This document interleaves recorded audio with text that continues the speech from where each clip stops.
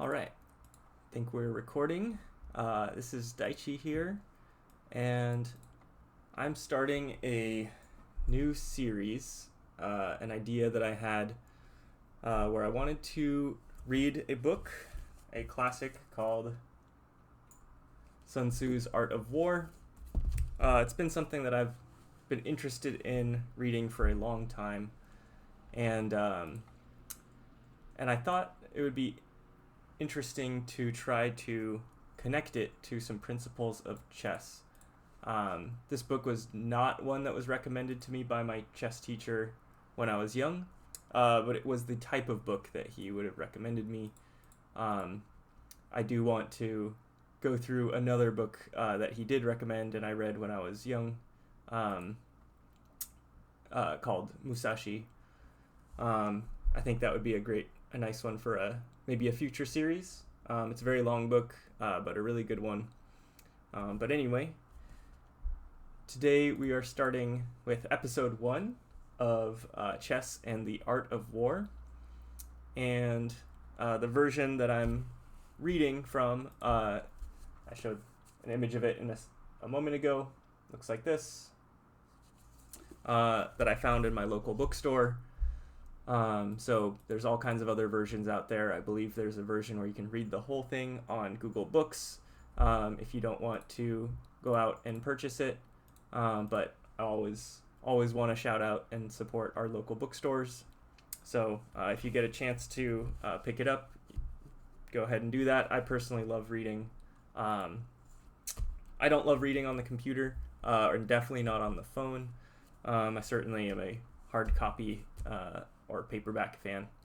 So something about reading it in the real world helps me retain information, helps me process information.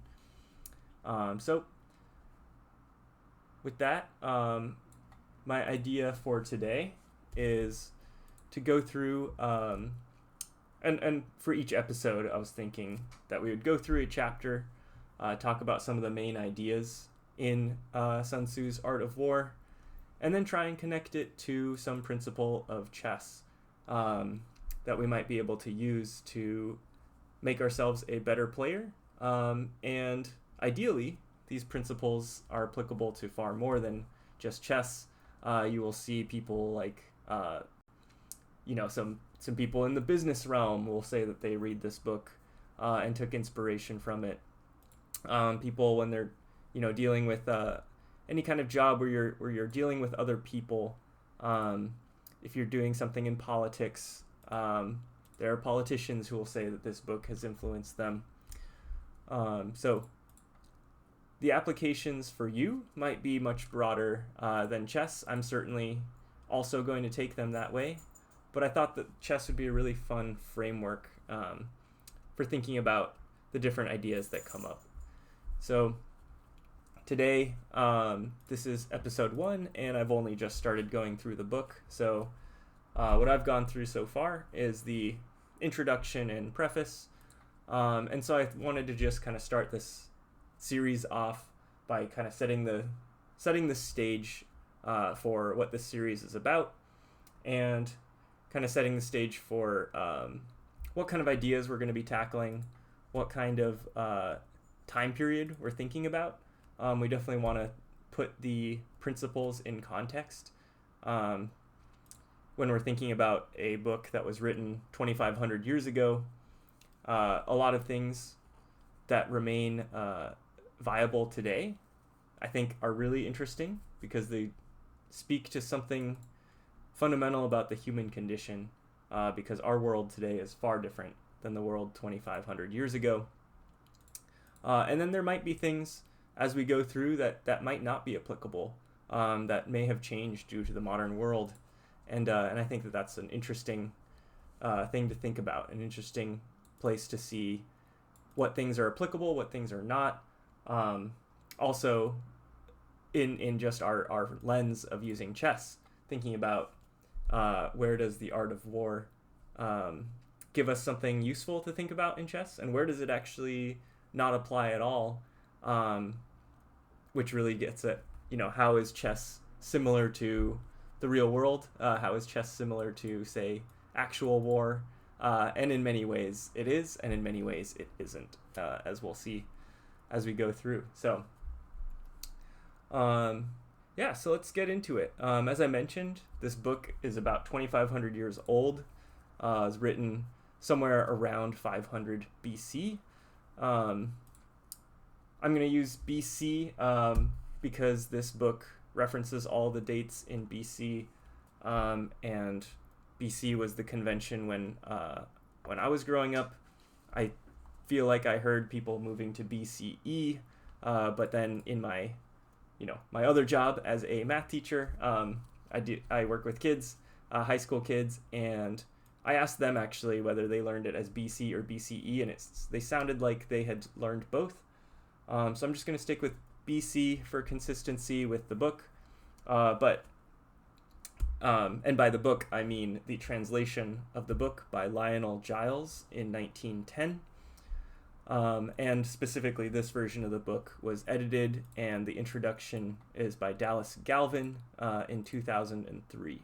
So the dates to keep in mind for our framing are book written by Sun Tzu in about 500 BC. We're not, I don't think we know the exact date. I think it was compiled over time throughout the course of his life. The translation is from 1910 by Lionel Giles, and this version of the book is edited by Dallas Galvin in 2003. So, thinking about what this book even is, I think is itself interesting. It's something that gets referenced a lot. It's extremely famous, and yet, despite that, I feel like I didn't actually know anything about it, despite hearing about it my whole life. So it's actually been really interesting diving into some of the background here, and the introduction by Dallas Galvin is excellent. So that's what our content is going to be today. So first, what I wanted to go through was kind of the background of who Sun Tzu even was. Sun Tzu is certainly no longer alive, at least in the conventional sense. So Sun Tzu was born as Sun Wu in 544 BC. Sun Tzu is an honorific, so Sun Wu was his birth name. But he comes from a clan and a family of experts on arms and fighting, much like a guild. So in that time, knowledge about, say, warfare, knowledge about technology for warfare, that kind of stuff was kind of transmitted through the family unit. Few people knew how to read and write back then, although his family was more educated, more well off, and so they definitely did know how to read and write. But it was more of a limited access then, and so a lot of knowledge in that time was passed through families and through guilds. So what is the art of war? The art of war itself is in these words. I'm going to quote. It's Sun Tzu's systematic treatise on war, and it applies psychology, deceit, strategy, diplomacy as fundamental arts of combat. So immediately we can think some of these things might apply to our lens of chess, and some of them might not. Psychology, certainly. Deceit, strategy, definitely. Diplomacy, maybe not so much. Although you could argue that there are instances where you have a tournament, 5-round tournament, and two players go into the final round with if they tie, if they draw, they will both share the prize, for instance. And so you might have an act of diplomacy even in a chess tournament. Now, for something like online chess, for an individual game, I think that's much less applicable. But within the realm of chess strategy, I guess diplomacy, you could argue, is also still applicable. So, to go back to the timeline here. So we had 544 BC, Sun Wu is born. From now on, I'll call him Sun Tzu. but just wanted to make that distinction. In 510, Sun Tzu becomes the advisor for Holu, the king of the state of Wu. In 496 BC, Holu, the king, dies from wounds in battle, and it's assumed that Sun Tzu dies as well. And so that time frame, it looks like we have about 24 years that Sun Tzu served as the advisor for Holu before they most likely perished in battle.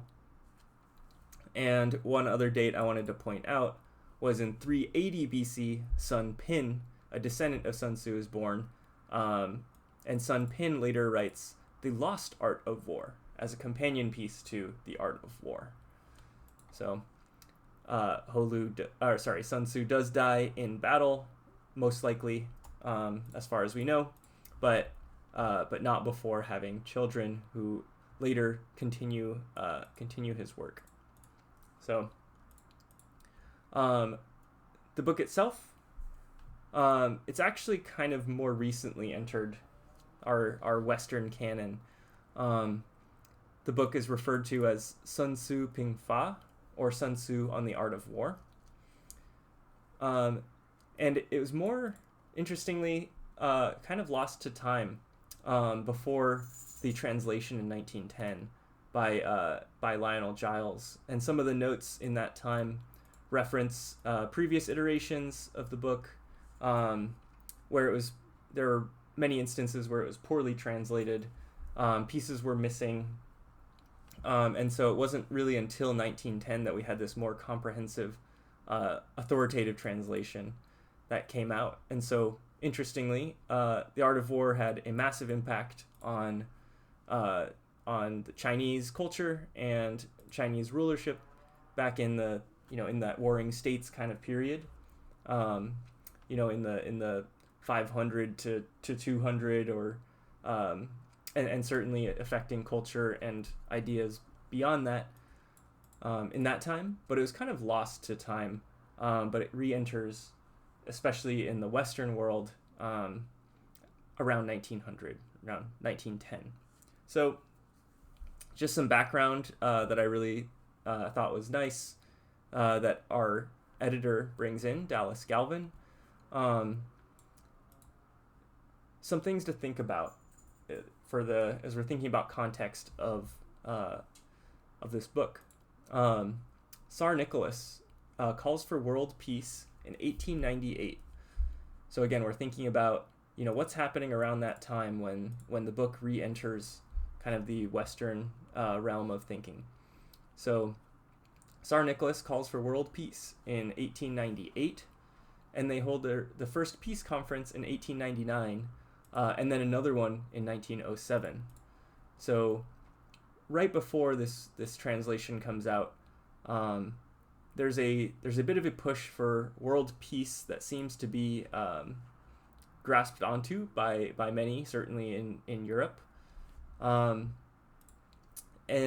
yet, as we know, this book comes out in 1910 with a lot of ideas about statecraft. Interestingly, we'll get into it a little bit more later, but for a book about war, it is remarkably, we might say, pacifist or anti-war, and that's going to be a dichotomy we kind of want to explore a little bit as we continue. But of course, as students of history, as we know, what happens in the late 1910s, of course, World War I breaks out, ultimately killing something in the realm of 25 million people, soldiers and more. And of course, 30 years later, World War II breaks out, killing another 60 million people. Events that are very against the principles of The Art of War. Though we can also think about the fact that as The Art of War was written, it was also in an extremely violent time, an extremely a time of great upheaval. And so it's interesting to think about that context for the book. Another quotation I wanted to pull out here was one that says, "The Art of War is written in a time where readers avidly sought works. This is also characteristic of high culture in Greece and India that explored what the 20th century poet Stephen Spender, in The Making of a Poem, would call that human experience so neglected in modern art, the art of ruling, the art of being a prince, and being responsible for the use of power. That might remind you a little bit about of Machiavelli's The Prince. That might be another interesting one to try and tackle if this series continues, if I'm able to have time to do it. I would love to get into that as well. So what we're getting at here is that, you know, this book comes out in a time where we're thinking about, you know, what it means to rule, what it means to have power, and of course, waging war is one of those things that happens when you are in power or trying to gain power or trying not to lose power. So, in that time, how did power even exist? How did it transfer? This was the time of what you may recall from your history books, a time period where we're thinking about the Mandate of Heaven. Mandate of Heaven is a Chinese political ideology that was used in ancient China and imperial China to legitimize the rule of the king or emperor. This is pulled from Wikipedia, so forgive me if you are not a fan of Wikipedia, but for someone like me who is looking for, you know, some a quick blurb on how to describe the Mandate of Heaven, it's a pretty nice source. So, according to this doctrine, heaven, or Tian, bestows its mandate on a virtuous ruler. This ruler, the son of heaven, was the supreme universal monarch who ruled Tianxia, all under heaven, or the world. And if the ruler was overthrown, this is interpreted as an indication that the ruler was unworthy and had lost the mandate of heaven. I think that what I really like to pull out of this is the idea that the mandate is bestowed on a virtuous ruler, and thinking about that idea of virtuous. There's another quotation I wanted to pull out and mention here from another writer writing about early Chinese literature that gets cited in this introduction. It is virtue alone that entitles a ruler to rule, and when he sets aside virtue, he sets aside the right to call himself a sovereign. The throne is conferred only for as long as the dynasty proves worthy of it. By Watson in early Chinese literature. So one of the things that I think about when I hear that, as I think about, you know, the art of playing chess, for instance, you want to be a virtuous player, right? You want to be worthy of your pieces. You want to be worthy of the game. There's a lot of sportsmanship and gamesmanship that goes into playing a game of chess, and it takes a lot of a fundamental human respect of your opponent. You want to be a good sportsman. Just to put in a little story here from my personal life, I just went to a chess tournament. I'll talk a little more about the tournament later. My first chess tournament that I've played in person since I was a kid. So I actually looked up with the one of the tournament directors as I was renewing my membership for USCF. I saw the last rated game that I'd played was 18 years ago, so very long time ago. And then, you know, and the world has changed a lot. The chess world has changed a lot in the last 18 years. And the biggest thing being all these scandals around computer cheating, right? And there were, there's a lot of paranoia around cheating in the top realms, but even at lower level tournaments, there have been all kinds of scandals with players getting busted for cheating. And that was one of the things that came to mind when I read this passage. That to be worthy of playing your pieces, if you are going to take time out of your day to play a game of chess, you have to respect your opponent and play an honest game with them.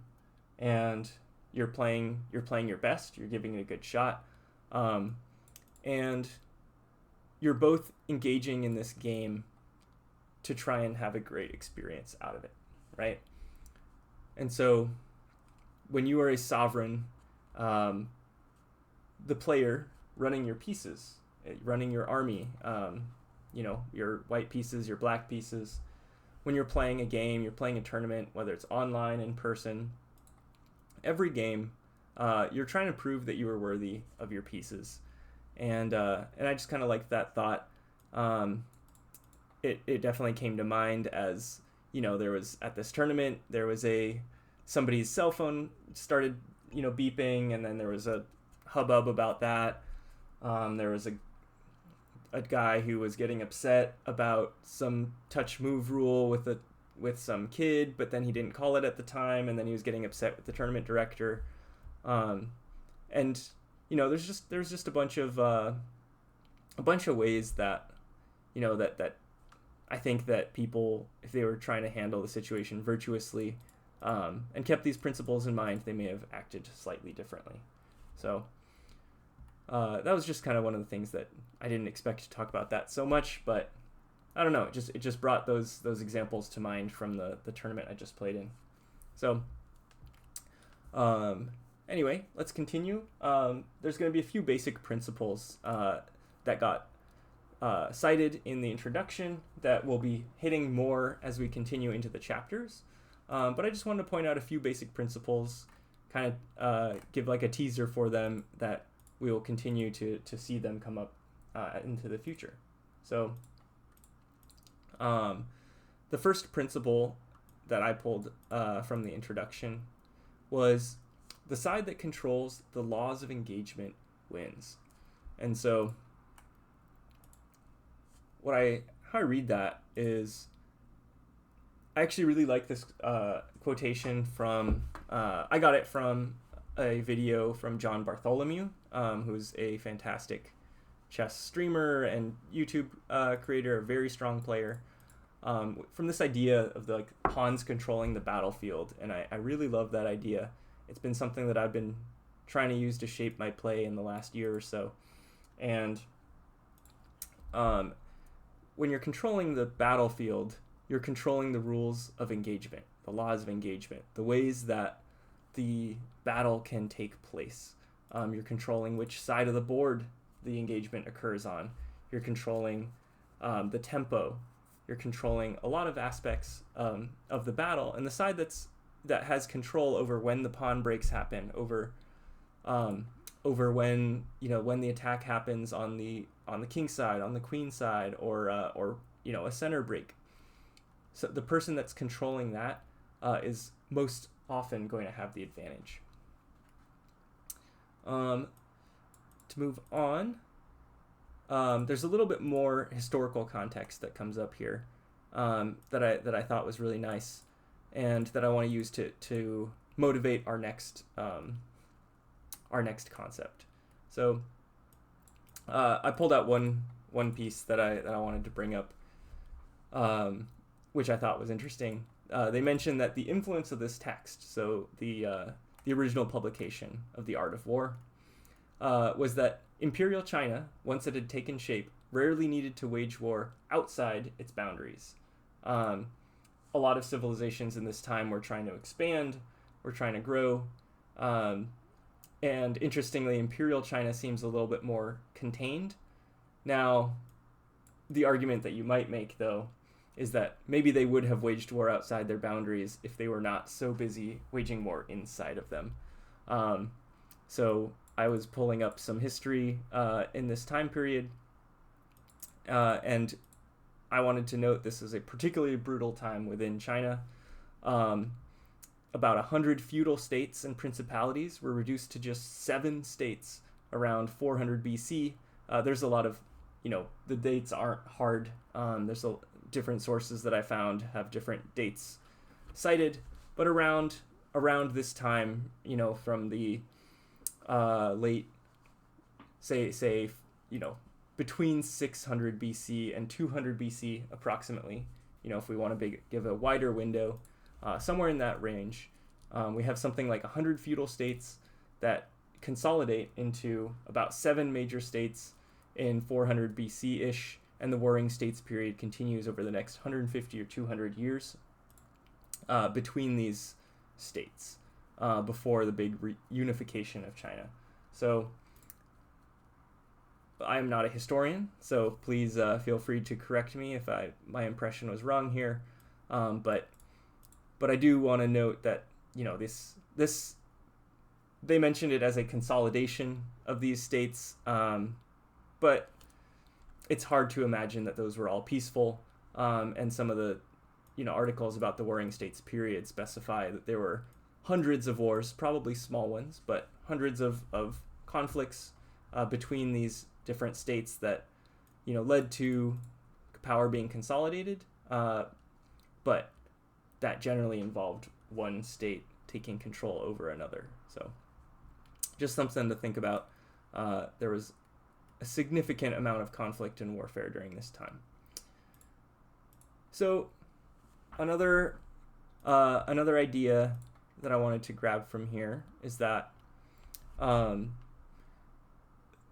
this book is quoted to be a work that cautions against war, then argues for how it may best be carried out. And I'll say that again. A work that cautions against war, then argues for how it may be best carried out. So I think that that's definitely a theme that is going to come up throughout this book. This idea that the book itself may be considered almost pacifist or at least humanist, in that it's not trying to glorify the art of war.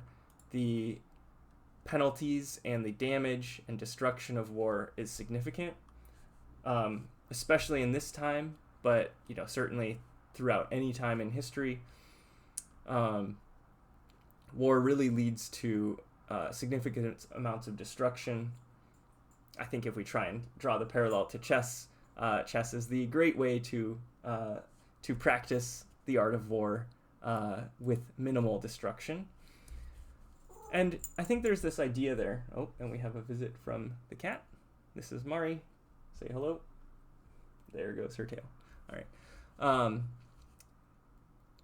There's this quote that gets dropped all the time called where they say the only winning move is to not play, right? So the only way to avoid destruction, even if you win a war, there's the idea of, like, say, a Pyrrhic victory, right, where a war might be conducted and you might even win a battle and then end up losing a war. And the only way to avoid that kind of destruction is to not play. But to not play, you have to know how to play decisively. And I think that's the concept that we're getting at here. You must know how to best conduct the art of war to successfully... Got a cat visit here. You have to know how to conduct the art of war to successfully avoid it. If you come across as weak or not knowing what to do, then somebody might feel like it's worth the risk to challenge you. And so by having strength, by having knowledge, by having ability, you can actually avoid the damage of war. Now, is that relevant in chess? The one idea that you might have here is thinking about, well, you want to know how to pick your battles, right? And that every battle, every conflict has damage on both sides. And so by picking the right battles, you can minimize the number of battles required to then have a decisive result. All right, so I want to move to our next principle. We're thinking about a little bit of history, and then a little bit of of principles that we could apply to chess. So in this time, in 500 BC, China was one of the most advanced civilizations on Earth. Mesopotamia is in decline. Europe and Russia are largely barbarian lands in this time. Sorry, the cat is demanding attention right now. So this is going to be a lesson and petting the cat at the same time. Also in this time, though, Greece, and specifically Athens, was ascending in the west. This is around the time of the Peloponnesian Wars. And India was also very well developed at this time. So kind of the big civilizations around this time were in China, in India, and Greece, Athens specifically. And so, China throughout a lot of old history has some of the most advanced technology and some of the best architecture, some of the best engineering on Earth. And in this time, the Chinese were building very complex cities with massive fortifications and walls. For example, the city of Zhou, I think that's how you pronounce that, Chou, Zhao. Someone can correct me. I am not an expert on Chinese. But this city had a wall made of pounded earth 30 feet high and 40 feet thick. As impressive as 30 feet high as 40 feet thick. That's crazy. Imagining that is the state of technology and engineering at this time when this book is written. And so you have to imagine that warfare in this time is going to involve how do you deal with significant fortifications? How do you deal with entrenched enemies? And so the principle that I want to connect to chess is the power of fortification. So one of the ways I think that we can try and execute this in a game of chess is by thinking about how to make that 30-foot high, 40-foot thick barrier around, say, your king. So the idea that I want to connect this to is maybe we can play some practice games and think about playing in a rather defensive manner with fortifications, and thinking about how do we play a strong defensive game. And then if given the opportunity, if we have opponents who are playing a defensive style, then we can think about how do we try to wage war against a powerful fortification. Immediately what I think of is, say, a fianchettoed bishop on the king side in something like the Sicilian, and you're thinking about how do I attack that as white? What kind of strategies can we use? So we'll definitely get more into that as we continue the series, but that's kind of the first idea that I wanted to tackle in this series here. This note I should have included earlier about the destruction of war, but I had a note that they had a nice quotation here. We're thinking about war in movies. They often show heroes and glamour and glory, right? But, quote, historically, war is synonymous with mud and thorns, with dysentery, typhoid, and famine. So there's a significant cost to both sides, or all sides in a conflict, in a war. And so minimizing the number of battles, minimizing the amount of damage can be an important strategy if you're trying to win a war or win a prolonged engagement. One more principle that gets brought up in the introduction, that this one will definitely be we'll be coming back to, but they cite a principle from chapter 9 about shifting the points of attack to baffle the enemy and trounce him. Quotation here: by altering his arrangements and changing his plans, he keeps the enemy without definite knowledge.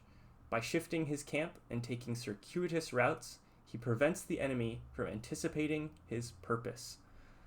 They compare this to a wolf pack taking on a bear from every direction, right? In a one-on-one fight, Obviously, a bear can take down a wolf. A bear can take down almost anything.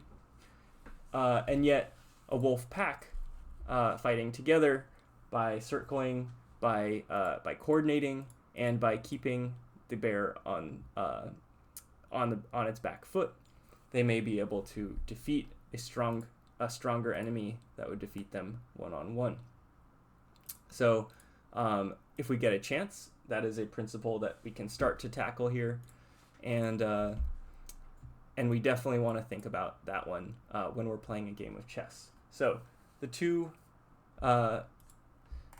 principles, I guess I should say the three principles that I wanted to pull from the introduction of The Art of War are: the side that controls the laws of engagement wins, the power of fortifications, and shifting points of attack.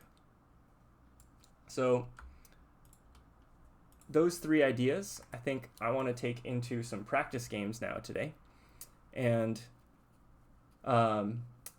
so I was thinking that each episode that we do of this series will go over a few principles, go over some context, and then try to use them in actual games. And I have no idea how this is going to go. This is a total new idea and a test, but I think it's a nice way to try and think about maybe playing a slightly different way than I might by default.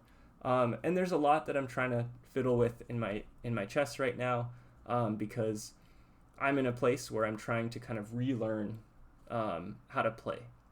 I'm trying to relearn the principles of chess. I'm trying to kind of restart my chess education. And I thought that, taking on this book might be a fun way to try and push myself in new ways, in different directions that I might otherwise default into. So, I've just to share kind of where my chess is right now. I have not been studying openings. I've been trying to just play everything kind of intuitively and see how far that gets me, and try to kind of grow my feeling about how the game works, kind of restore that idea. And so I'm trying to avoid theory in the sense of memorizing openings and things like that. And I'm trying to grasp intuitively what are some valuable things in certain positions, why are certain moves important, and certainly that leads to a lot of losses in the tournament that I just played, that I do want to go over the games that I played. I played 4 games, and in one of them I fell into an early trap, and that is the kind of thing that will happen to me with this approach that I'm taking right now. But, I'm not trying to speed run some kind of, chess success. I'm just trying to grow my understanding of the game and kind of appreciate it the way I did, when I first started playing when I was very young, and just kind of loving the process of figuring out what moves are strong, figuring out how I like to attack, how I like to defend. And so I wanted to take a more philosophical approach to the game. I wanted to take a more, maybe we could consider it like a less scientific approach. Although you could say that this is a different type of scientific approach. But yeah, one in which I'm really trying to grow my intuitive feel for the game again, that I certainly have lost in the many, many, many years that I've not been playing, and I've just been trying to play naturally these last couple years as I've gotten back into online chess. And then this last weekend, this last Saturday, I just played my first in-person tournament in 18 years. So, it returned to the field, and really had a good time playing that tournament. I'll talk about that tournament more in a future video, where I want to go through some of my games and analyze them. But I really enjoyed playing that playing that tournament, going in without any preparation, and just trying to play intuitive chess and learn things like I'm really bad at playing against the Sicilian. So, I had two losses as white against the Sicilian, and it gives me some ideas of what things I want to work on, but I want to try and work on them without just memorizing lines. If there's a particular structure I'm struggling against, or a particular type of middle game I'm struggling in, I want to try to analyze that more in a more philosophical sense, in a more intuitive sense. So that's going to be my approach, and we'll see if it works. I really have no idea, but I've really just found myself just really wanting to play chess and understand it at a fundamental level again, and kind of rediscover my love for it, because it was a game that really took over my life when I was young, and then I've really just not been in that world for a very long time. So I'm excited to get back into it, and excited to bring in some new ideas, like bringing some philosophy, bringing the art of war. I would love to bring some other kinds of philosophy into it and see how we can stretch them and really just make this a learning place, because those are some things I want to learn personally, and I think that there's other people who'd be interested in learning about them too. So just trying to share my things that I learn along the way, and maybe somebody else will appreciate the work I put in as well. This just felt like a kind of natural thing to do, as I was trying to go on this personal improvement journey in chess. As a teacher myself, it just felt natural to try and share the process, and I just kind of wanted to record it for seeing my own my future self can see my improvement over time, and I would really love to just have this as a reference. So yeah, a bunch of exploring, a bunch of testing stuff. No idea how this is going to go, but yeah, let's give it a shot. So let's turn that off and turn this on. Okay. So right now I have Lichess up. I thought it might be fun to play a little, maybe like a Blitz Arena or something. Because for this series, I thought it might be interesting to play some players of different rating levels and just see how that goes, see which fundamentals we end up finding ourselves tackling. But the reminder is, as we go, and I will join this in just a moment, we have Eastern Blitz Arena here with some very strong players. As we're about to join this, we want to think about our fundamental principles, which were controlling the engagement,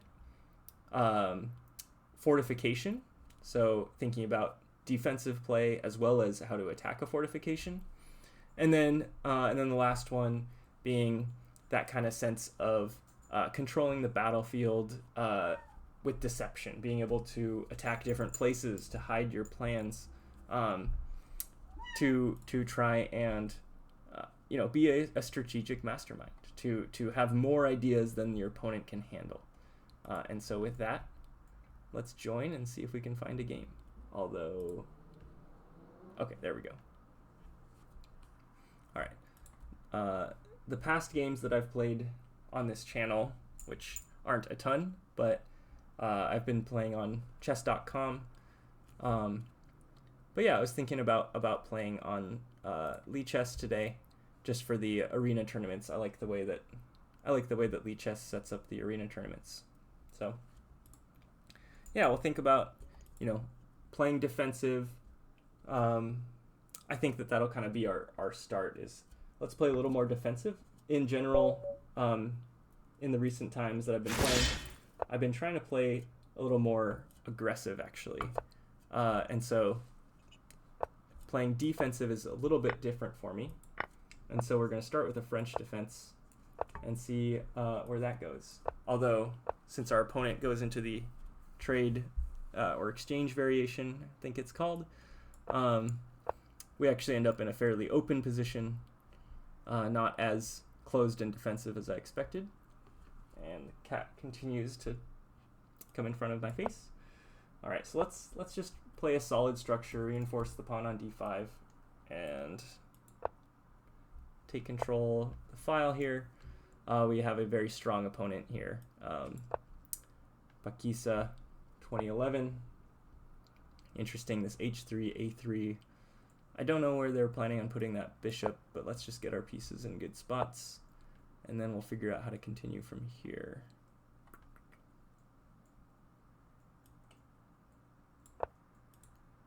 We could say the classic line of, if we don't have a plan, there's no way our opponent could plan for our plan. So I don't know that we have a plan yet, other than just we're in a battle for the e-file. Space is very even. I think this is a extremely even game right now. And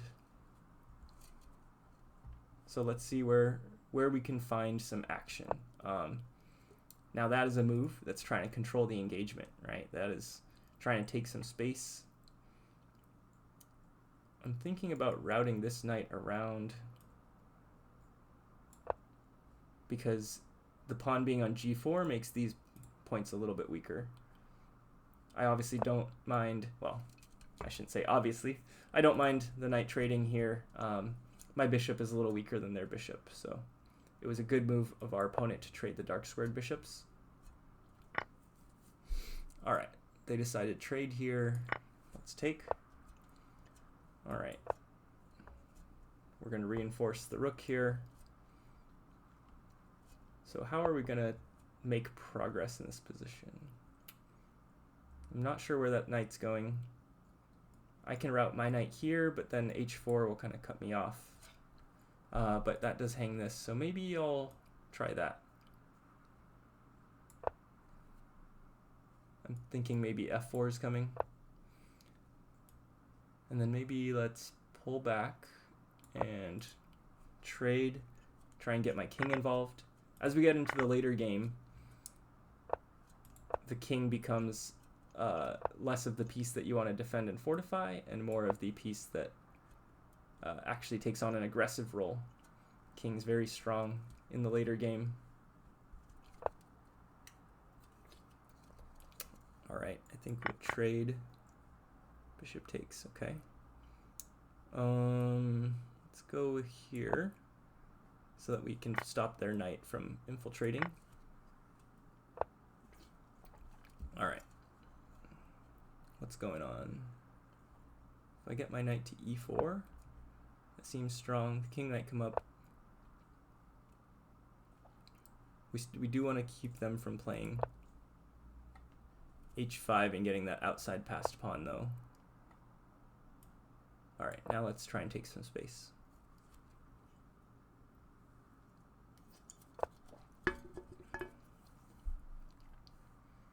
Should I bring... I feel like I want to keep my king on this king side because I'm a little worried about the power of this h-pawn. Our materials is even, but the having that outside passed pawn ability is a bit of an advantage for our opponent, I think. So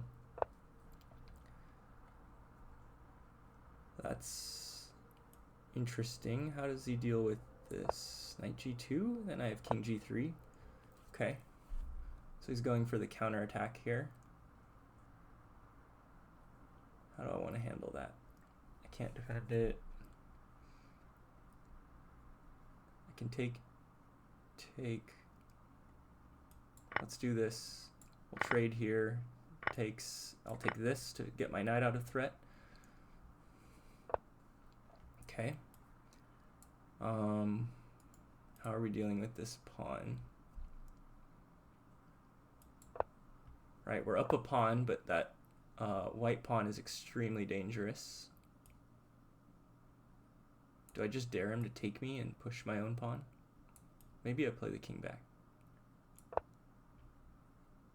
Oh, that I don't know if that was a good idea. But ultimately I am going to have to trade this knight for this pawn, I think, to have any chance at success. Let's take to keep my pawns connected.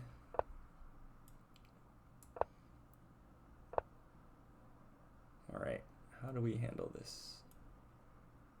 I'm going to go push my king as he tries to distract himself over here. I'm going to try and capture his pawns, and we're probably just going to look for a draw.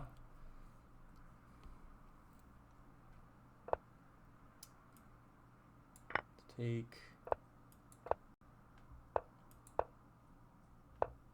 Interesting.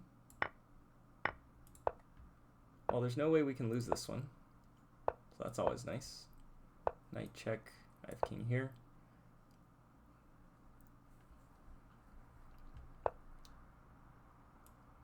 If I push, if he takes, there's no way to stop me, right?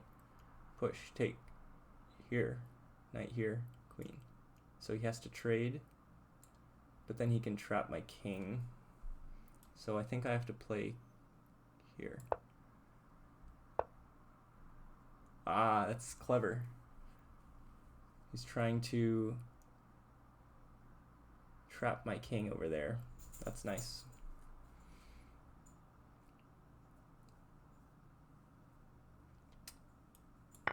All right, let's take it. And then I think that there's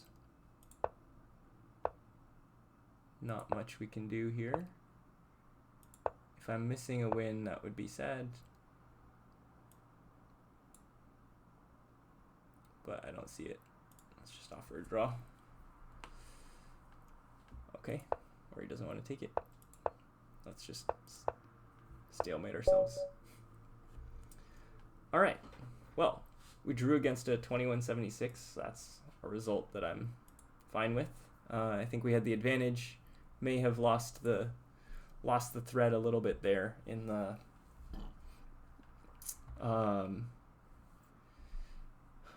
I wonder if we hadn't taken his pawn, if we had chased it down with we would have played b5 and we chased the pawn on a6 down with our king instead. I feel like white would have time to get their king and the knight to blockade our pawns. So I think we're drawn no matter what. I just don't know if maybe there's a better way for me to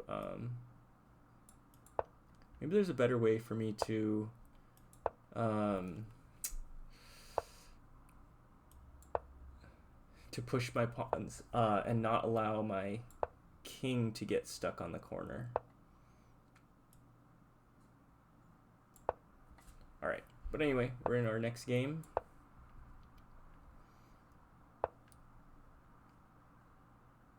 And here we're just going for the very solid center if white wants to give it to us. I have no problem with that. I don't want to give up the b2 pawn. They could check, but then we have queen c, we have c3. And let's stay flexible. Give ourselves the option to castle on the queen side here. If black looks like they're castling on the king side, we could actually hit them with a bit of a pawn storm. Our e4 pawn is defended enough times. So maybe let's, I don't know. Let's be a little bit more aggressive on the wings here. All right, that makes sense. But how do they deal with this? Isn't this just trapping a bishop?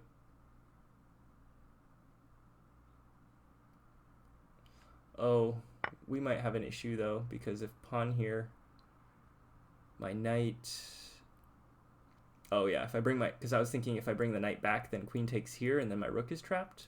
But I'd just move here and sacrifice a pawn. And since we're winning, the bishop here will be up material. Let's defend the knight by blocking it with e5.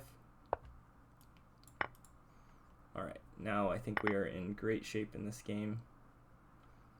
On a4 now we can play this back. We can block the bishop here with c3. And now we should be cruising. This knight, I don't like this knight on b3 though, so I'm going to reroute it to d3. Defends b2. It's still covering some important squares. And let's castle here. I want to get my rook, my queenside rook activated. And thinking about how to create maybe threats on f7. On push. All right, don't have to worry about that now. Let's see what black wants to do to this. If they castle kingside, okay. Let's take that.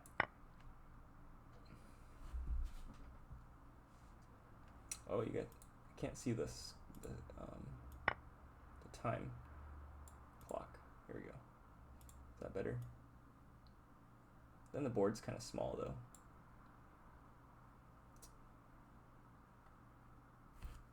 Maybe let's trim this, move this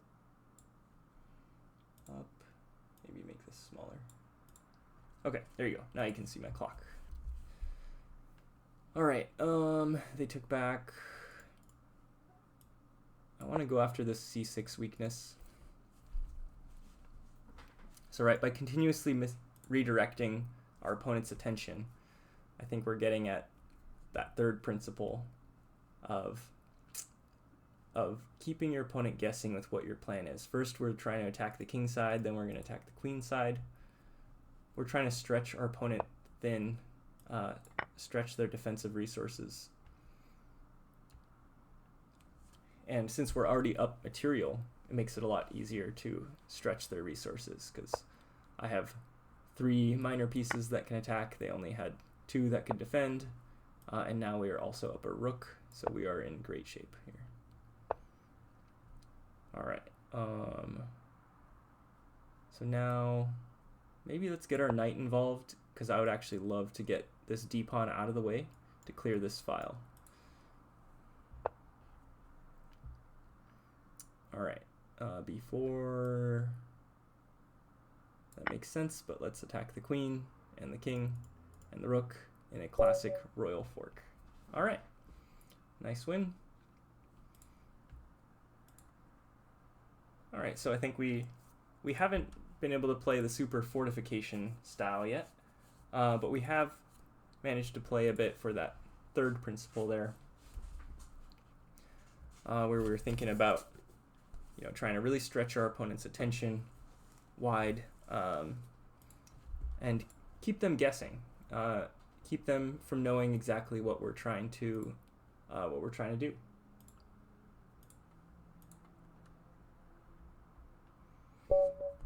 All right, we got another game against Columbus from Nigeria, maybe. That's cool.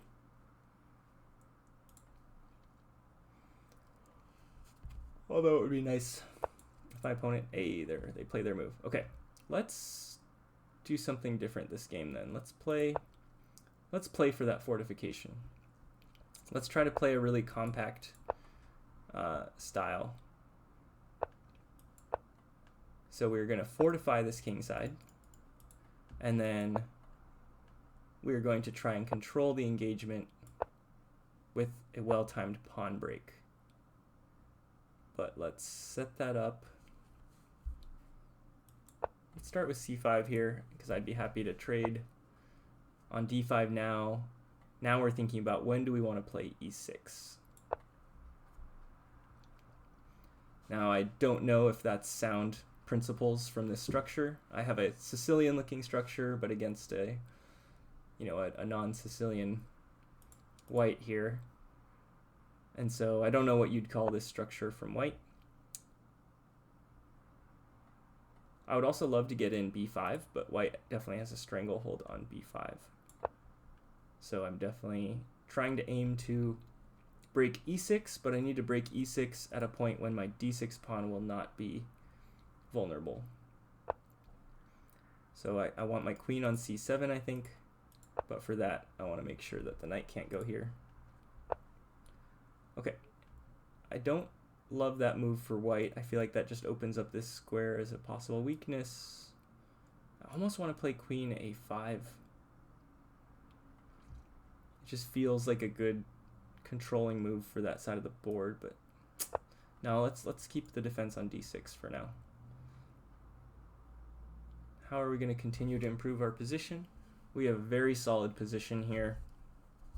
We are well fortified with our walls, 30 foot high, 40 foot thick, right? So we're going to do a little bit of maneuvering. We got the rook to e8. Now we can free up f8 for the knight. So we're looking to move some pieces through this e6 square. This also, if I can get my rook here, it'll defend d6 well. But I don't have a great opportunity yet. So let's play here, because if takes, I will take with the bishop, which will allow me to swing the rook over. And if he doesn't take, I think we'll trade, and then we'll be attacking e4, and if he trades back, then he doesn't have a threat on d6. So I think I'm happy to make this trade. And now I wanted to do that to free up, actually opens up this f5 square for my bishop. Now I connected my rooks, and I'm happy to take that trade.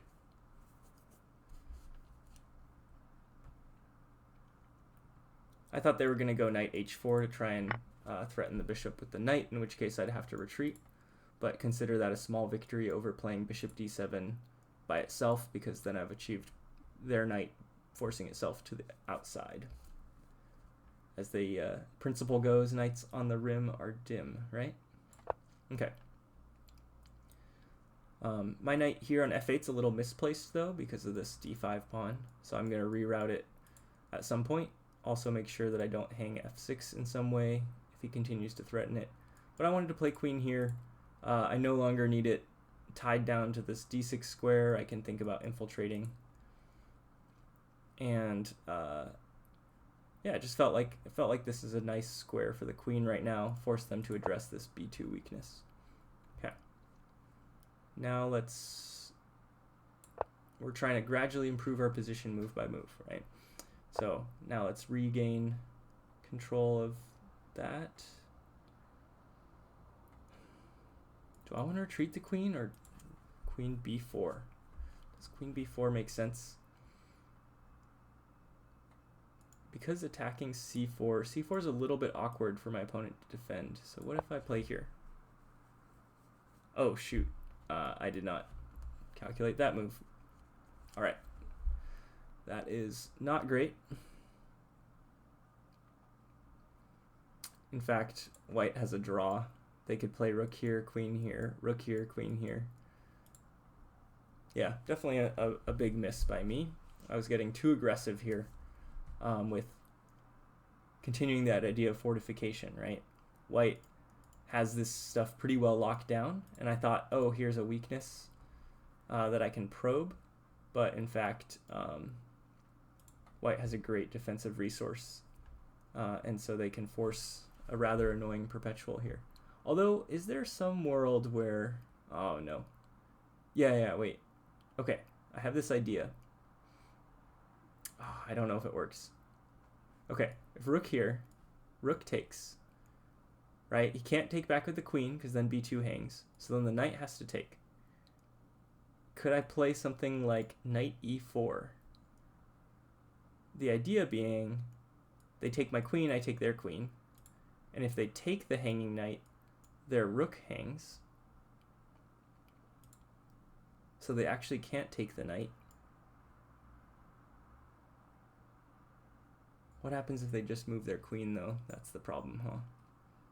So let's think about it. Let's calculate. Rook a4. Rook takes e1. Knight takes e1.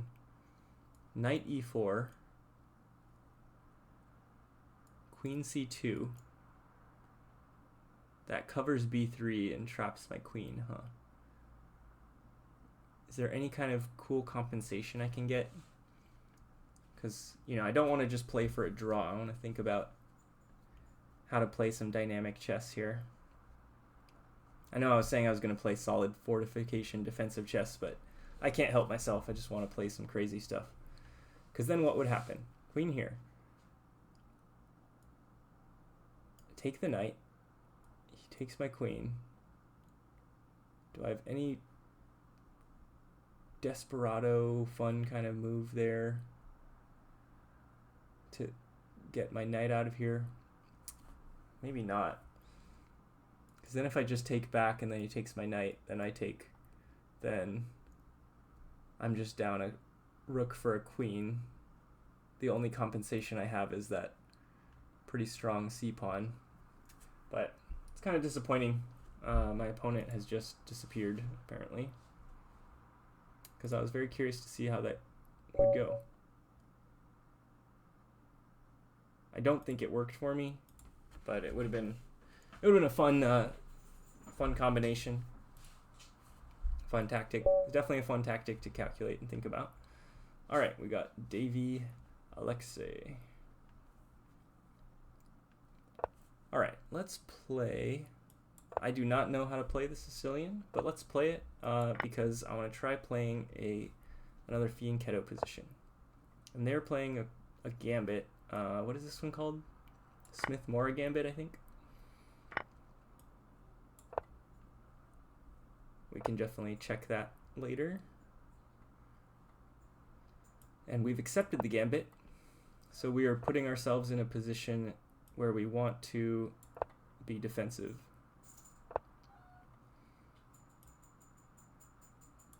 I think I want to play d6. Well, am I worried about e5 on knight f6? Because then I do have the knight out here threatening that. That still doesn't feel right. I think we got to play d6. We are keeping an eye on our f7 weakness, but on something like queen here, I had bishop e6. So I think we're okay. So we end up in this position, a classic gambit type position. White has given up a pawn, but they have excellent compensation in the form of very active pieces. They're way ahead of me on development. They have their bishops in strong positions. Their pawn is controlling the center. I wanted to get my queen out of the line of fire. And let's get our bishop out here. On h3, I think I'll trade. Okay, a3, possibly looking at b4, but then a3 hangs because they've moved the rook. I could take here, but I don't want to release the tension yet. So let's actually contest the c file. All right, on that, once we force them to play a tempo, because the gambit's all about tempo, right? And now that they've had to waste a move to do that, I'm basically close to caught up on development. I have this move here, which forces a trade, because now I can decide which bishop I want. I could take this one or this one. I think I'll leave us in an opposite colored bishop scenario. Because I like this dark squared bishop. As soon as this knight finds a new home, this bishop's on a very strong diagonal. Controls a lot of space. Controls, as we were thinking about, controls the engagement. All right.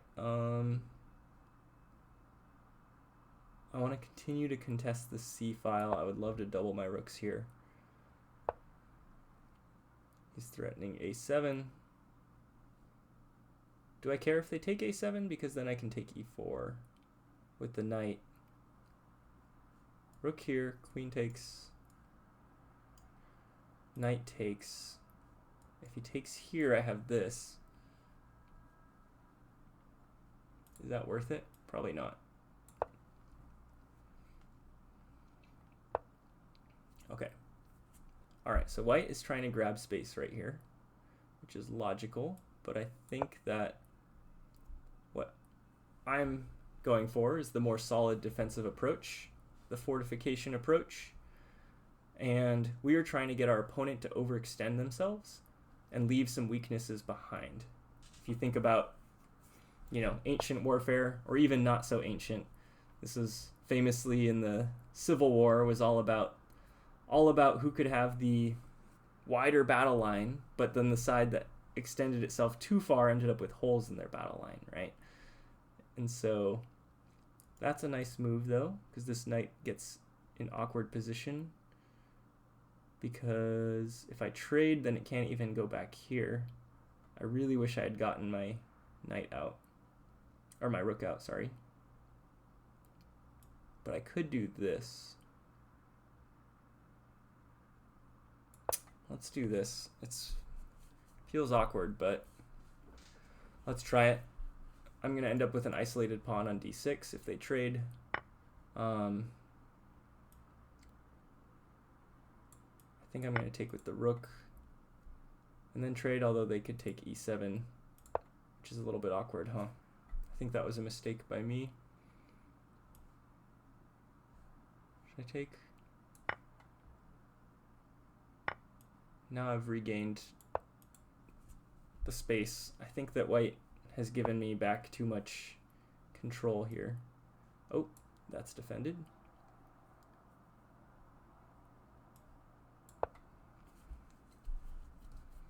Okay, if they trade, I like this because then my bishop defends e7. All right, that's a nice square for the knight though. And so yeah, white continues to have compensation here. I was thinking here, he does have this, but then I can take and force the trade. Then I lose this pawn, but I think that's okay. I want to punish this square. Although maybe it would have been better to do it with bishop h6. I was just getting caught up in these cute tactics of being able to avoid this fork. But I think bishop h6 was the better way to attack f4. But f4 is definitely a big weakness for white. All right, they pull back. That now renews this threat. And so I think this is why bishop h6 was better. Now, can I still play it? Bishop h6, g4. Oh, do I even have time to calculate right now? Perhaps not. Let's go here. With tempo, they can have bishop b3. I have queen b2. I'm threatening bishop here, winning the queen. That is the advantage of having the bishop here and not on h6. All right, that should win the game, as long as I don't lose on time.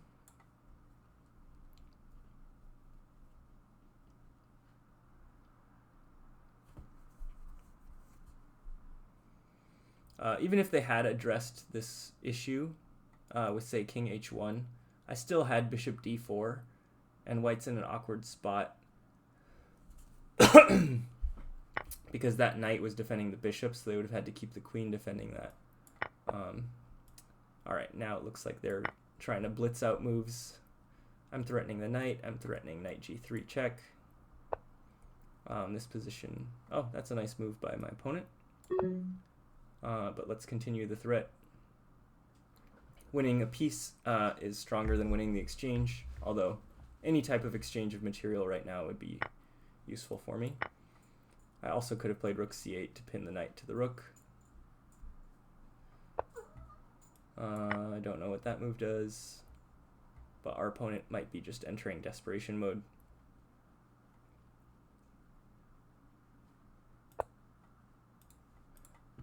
All right.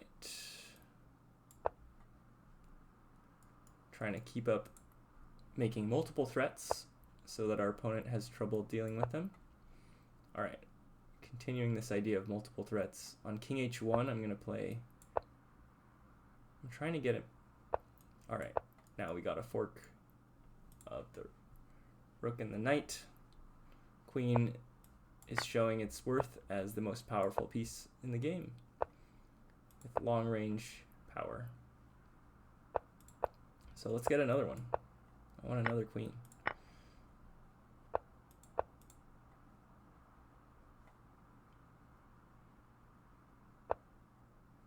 All right, let's see. My opponent's gonna try and stalemate himself, maybe.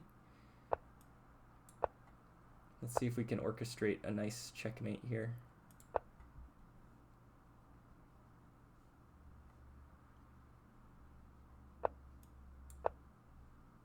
On rook here, I have rook h3, and then I think this is a nice checkmate. Aesthetically pleasing. And let's go back to the tournament. All right. Got a couple wins in a row here against some lower rated opponents. All right, we got a 21-37 here. Very strong opponent. Against this Caro-Kann, I think that's what this is called, right? I'm gonna kind of play it like an advanced French. I don't know if that's right or not, but I feel like we end up in a similar structure to a French, but they have slowed down their c5. But this time, my opponent has achieved a bishop outside the chain. So I wonder, is that good or bad? I imagine that it's good, but it gives us a target too. I went knight e3 instead of g3 because that knight is going to get booted very quickly if I don't do that. Alright, now we're just in a position and we're playing some chess. Our opponent has a pretty solid defensive structure. On that, I kind of want to play here and try and trade for that bishop. Maybe they'll pull back. And then that hangs h5. I don't think knight here was the right move. So now is decision time. I think... How do I want to take this? Maybe take this knight with this knight? Or do I want to give him this awkward doubled here? Kind of like this way for some reason. Okay. So they've ended up with a very funny pawn structure. And I kind of want to trade here to get after this weakness. But maybe I should just go a little slower. Now, these doubled pawns are awkward.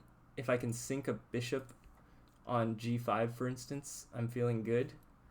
But this could become a really powerful pawn storm very quickly as well. So I have to be aware of that.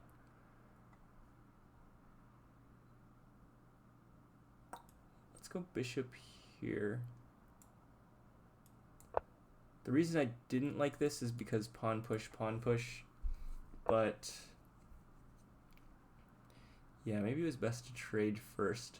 But this gives me the tempo that I wanted to get. Oh no, but then they can still go bishop e7, g5. This gets awkward. I can't defend any of these pushes. Okay, this is a weird move, but I want to be able to counter g5 with f4. Okay, that's fine. I really want to assert my own control over some dark squares here. Now I'm feeling a little better. I've clamped this g5 square. I have a passed pawn here. d5 is a backwards pawn.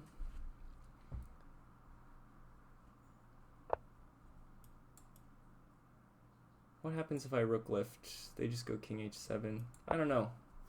That feels a little loose. Like, I feel like my opponent might get a little nervous here. Yeah, now they have to swing the knight back.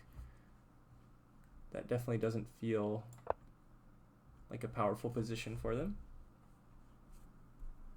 I do have to be aware of some shenanigans with bishop h5 or pawn h5, but I have the h3 square. I know my rook is kind of in an odd spot out here, but I think we can deal with it. But I do have to figure out how to continue to push this position. Maybe I'll bring the bishop back, play rook here, and trade the bishops. Trade the dark squared bishops. His bishop feels like it has more influence than mine. And so I would be... But maybe let's bring the queen back first, so that then on the trade I can take back with the queen. So this makes sense. The black is trying to push the only place that they can assert influence, which is on the queen side. So I want to keep this locked down. I could actually win a pawn here. Oh no, they can take back with the queen. Let's make them do that. because that hangs this. There we go. All right. What do we do with this now? Do I want the exchange or do I want to take the c4 pawn? Probably the exchange because this pawn becomes weak. But yeah, my opponent's definitely not happy about that. Okay. Do I want to trade or do I want to just attack c4? On rook c8, I'm going to play rook d1 and try and push this d pawn. That's going to be my ticket to an advantage in this game, I believe. Have to be aware of knight here is a possibility. Queen e6, interesting. What if they're trying to blockade me on d5, let's try and stay a step ahead. On here I have pawn d5. On rook d8, then I'll take the b file. So now we're in a bit of an awkward spot. So, well, we're in a great spot because we got control of this file. The d5 square, black is going to try and blockade, but now I can bring the rook in. Unfortunately, my rook has become very misplaced out here, although I'm constantly thinking about ideas of where I can sacrifice it, but I don't think that works yet. So key is going to be for me to get my queen out of here so that I can get the rook out. So is now the time to do that? Or is it time? It's got to be. If he's given me the chance to push, I've got to take advantage of this. Now I've gained a bunch of space. I think I'm looking at queen b7, which doesn't work now, obviously. Don't want to hang a queen here. We have I think, a strong advantage against this 2100 player. Okay, but how are we going to secure my advantage? What if I play rook here? So this is where we want to take advantage of the concept of controlling different parts of the board. By using the queen side, I'm actually redirecting an attack to the king side. And now I'm looking at queen f7. So queen f7, rook here to guard g7, then I can finally sacrifice the rook. Then on pawn takes, queen takes h5, checkmate. So how does black deal with that? These pawns are doing such a good job of controlling the squares that the knight can go to. He might be thinking about sacrificing here even. That's actually probably their best try. Takes, rook takes, because then there's some awkwardness with my queen having to defend my rook and having to defend the back rank threat, so I probably have to play queen f3. So then I'm up a rook of material, but actually in a very awkward state defensively.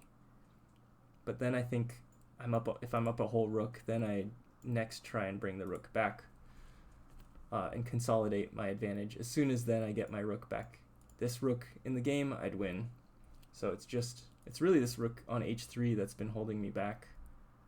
But it actually did make this kingside attack more powerful. Okay, my opponent doesn't address that at all. So I think that we just carry on with our plan. And I believe we have mate in 3. Boom. This is a nice puzzle tactic there. Oh. All right, well that is a great win to get under our belt. I've not been playing great in recent games. Actually, I haven't played on Lichess a whole lot recently. But yeah, definitely been struggling. Rating's been down a bit on Lichess. But yeah, I've been playing a bunch of games where I had not been super locked in, super focused. And I feel like having, on one side, having this recording, helps bring some focus for me. But also, I think just having some of these principles, even if they're not super, even if they're not changing the game a ton, I feel like having these principles here just brings a level of mental focus and clarity to my game that I've been really happy with in this split session. I think I might be calling it there. It's midnight here. And I'm just really happy with that game. Certainly wasn't perfectly played. Maybe let's go into an analysis.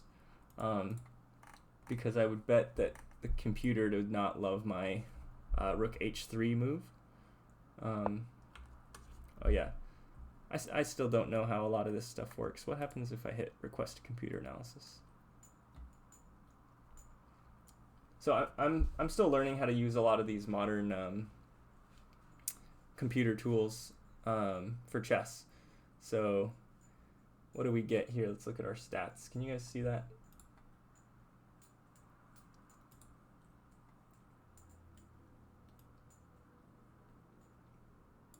Maybe you can see here. We had 4 inaccuracies versus 4 inaccuracies, but our opponent had 3 blunders. 83% accuracy. I had 92%. Pretty good. It looks like we had a strong advantage, but then squandered it. But then our opponent made some mistakes and gave us the advantage back. So let's actually go into the analysis of this game.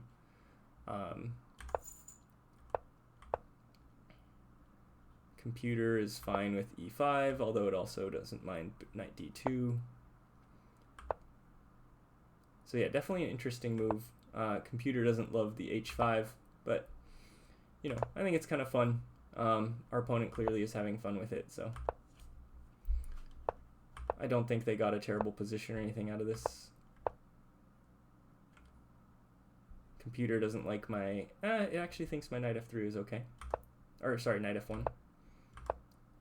And yeah, computer seems like it's evenly split between my 2 knight moves, so that's fine.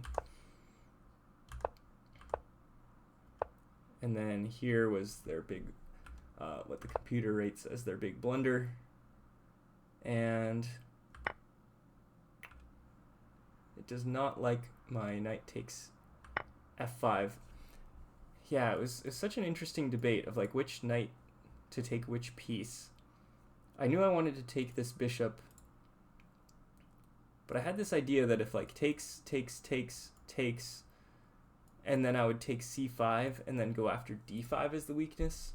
I liked that approach because this putting a piece on f5 makes a lot more sense as black when your c pawn is still holding the d5 pawn in place. c6, sorry, is holding d5 in place. But yeah, computer definitely likes knight takes g3 better. Knight takes g3, f takes g3. But then it wants me to trade. So don't I end up in the exact same position then? And what's better about that order? Am I missing by taking here? Oh, the computer just thinks that the bishop takes position is just not as weak. Interesting. Because I actually wanted that. Huh. But yeah, I wanted to go after the d5, but maybe because my e5 pawn is overextended and I'm not easily able to play f4 to reinforce it and attack d5, maybe that's why the computer doesn't love it. But I end up in the position the computer wanted. And certainly this pawn structure is very weird for black, but I feel like they had their chances to get out of it. Computer likes queen b3. Yeah, that would have been nicer, hitting these. Because I wanted to get my bishop developed, but then we ended up seeing later I had to pull the bishop back. So maybe leaving yourself the opportunity to play f4 is valuable. Because this pawn, or sorry, g5 is such a key square for us to control. And as you can see, the computer wants black to play bishop e7, even at the expense of this pawn. Wow. But yeah, clearly we have a strong advantage here.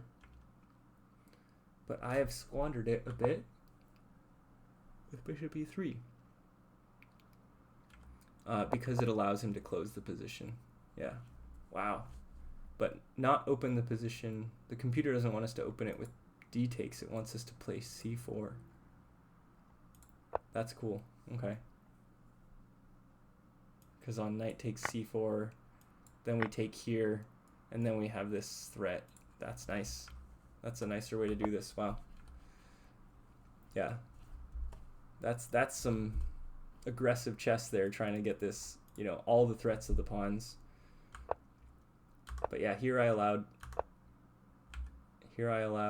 black to close the structure a little bit. Computer wants me to play a4. Constantly wants me to play a4 to try and kick that knight, huh? I wanted to go f4 to try and control g5 better. But yeah, the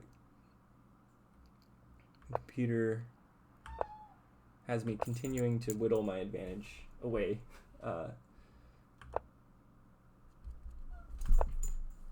And now I've trapped my rook. So yeah, this is where in this graph we can see that I've kind of squandered my advantage. So I thought this rook was nicely placed, but it really just ends up trapped a little bit, and if we open up the queen side, we want the rooks to be able to swing over. Maybe I could have gone more aggressive and opened the queen side and said, I have control of the center. If we open up some files here and fight over that, there's no way that black can defend both controlling everything there while keeping all these weak pawns together. Because now, yeah, now basically with b5, wow, the computer gives a slight advantage to black now. Interesting.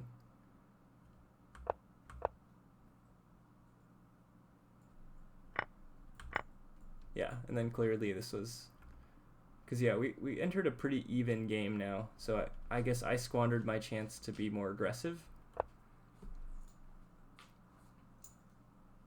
Interesting, it wants bishop d1. What's the idea there? b5. Oh, the computer really wants me to reroute my bishop to c2. So on one sense, it likes b3 and opening stuff up here. But the computer wants me to put my bishop on c2 because of the control that it can exert. That's cool. Okay. I wasn't thinking about rerouting the bishop because it felt well placed here, putting pressure on d5. But I guess there's no way for me to ramp up that pressure. And so yeah, this idea was not the most effective of trying to get my queen involved on the king side, because I think black is just too solid there, well fortified. But clearly here they made a huge mistake, and then we kind of squeezed the position out from here. I really liked, I was really happy with the way that I played this section of trying to get control of the diagonal here with the threat of d5 and the control over the b file. Although I wish I had considered taking, this is a really nice move. If I'd considered swinging the rook from the king side over to the queen side, I'm going to be able to defend this pawn well. I'm attacking c4, and when I get this pawn pushed up, it's not going to be a backwards pawn anymore, and black has no way to stop it. Yeah, that would have been way more decisive. So, mistake here by me. Yeah, I liked this queen f3 move. Computer doesn't quite approve of it. I think the other move that would have made a lot of sense would have been here. What would it recommend against here? And then queen d5 was what I was worried about. But then here, and then I just controlled the b file. And black can't control both the d5 square and the b file with only the one rook. So I guess that's the theory there. So then I think that, interesting, even over, it wants me to play, okay, now it's changed its mind, yeah. So it likes my d5 move. I think there's no question this is gaining a brutal control over the board. Yep, good, it likes the way I played this. Although it doesn't love rook b7. but I guess it thinks it's fine. But yeah, queen b7 would have been better. Trying to do the same, achieve the same goal, but with the queen trade threat. And so we could have been in a better spot by getting the queens off the board. Interesting that it likes rook e3 with the idea that it wants me to trade off the exchange and then just win the game with these pawns. But yeah, I really liked this move because of the threat that I was going to create here. Wait, this is fascinating. What happens if I take? Oh my gosh. Yeah, I'm getting mated. That's crazy. Cause yeah, I knew I had back rank issues, but not having your f pawn here, I guess that's one more point for the importance of fortification.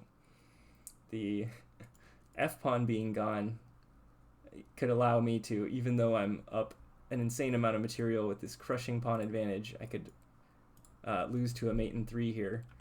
I was staying aware that my control of the square up b7 controlled both of these squares to control this check, but I did not think ahead to see that black could challenge that with this. That is genius. Wow.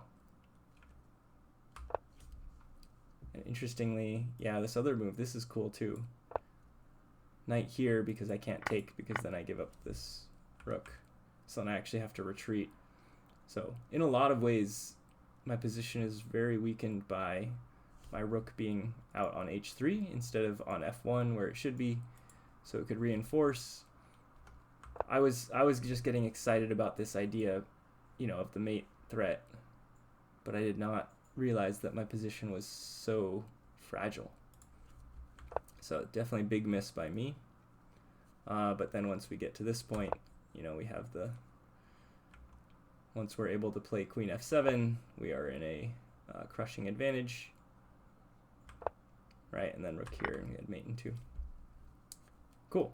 All right, definitely not even close to a perfectly played game, but I think we learned some things thinking about the weakness of this f2 square and this diagonal, that even in a very strong position, you could leave yourself vulnerable to a big attack if you are not well enough fortified. Going back to our main principle from today. And also, I just love the idea of using the queen side pressure to then divert an attack over to, or reroute an attack over to the king side. I love that. I love that execution here. So even if it didn't end up being a great move, the idea I think was powerful. And I think that if I had slowed down, understood more about how I was really putting my rook in a myopic position where it could only do one thing, it was not both defensive and attacking. Yeah, I was too excited by this idea of attacking this backwards pawn, which actually ended up being relatively easy for black to defend. So yeah, really interesting game, and a couple good games today. So yeah, definitely nice to see, and just fun to play some games here in this tournament. Yeah, so I hope that was instructive or interesting, or maybe you learned something. So I think I will wrap up there. But yeah, I'll continue to read The Art of War, collect some of my ideas, and try and synthesize them into something that might be applicable to either your chess game or your real life. So thank you for watching or tuning in, and I will catch you in the next one.